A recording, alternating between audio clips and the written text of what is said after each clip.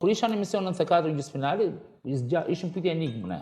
Dhe kush do gjente pyetjen enigmë, do kishte pyetjen enigmë, do shkonte në finale. Unë me atë kundërshtarin tim, unë isha 11 ai 30. Dhe i them Ballkani, them në moment, jo, thotë ka që nuk është Ballkan. Mu ma i pyete thash Jugoslavia, harrova. Edhe kapa më herë, po ma qujtëm. Pasi kisha përjashtu që skuadra kishte fituar Kupën e Botës, ishte Europian. Europiano perëndimor jo.